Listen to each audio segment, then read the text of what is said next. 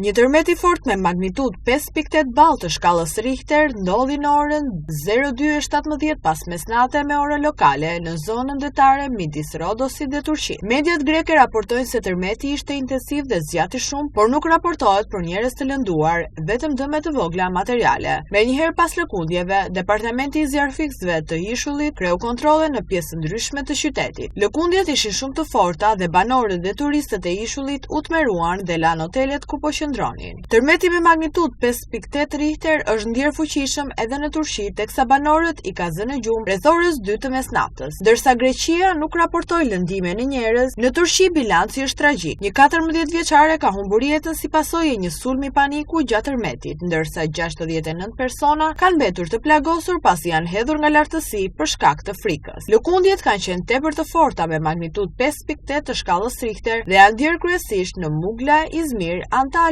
Denizli dhe Manisa.